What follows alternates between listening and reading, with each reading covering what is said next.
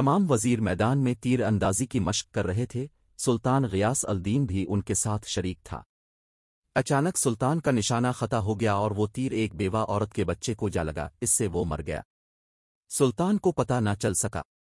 وہ عورت قاضی سلطان کی عدالت میں پہنچ گئی۔ قاضی سراج الدین نے عورت کی طرف متوجہ ہوئے اور پوچھا، کیا بات ہے؟ تم کیوں رو رہی ہو؟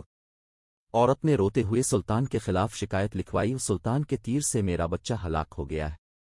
قاضی سراج الدین نے عورت کی بات پوری توجہ سے سنی اور پھر اسی وقت سلطان کے نام خط لکھا، اب کے خلاف شکایت آئی ہے، فوراً عدالت میں حاضر ہو جائیں اور اپنے خلاف آنے والی شکایت کا جواب دیں۔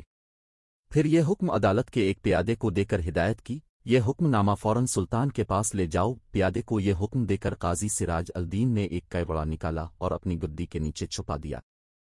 پیادہ جب سلطان کے محل میں پہنچا تو اس دیکھا کہ سلطان کو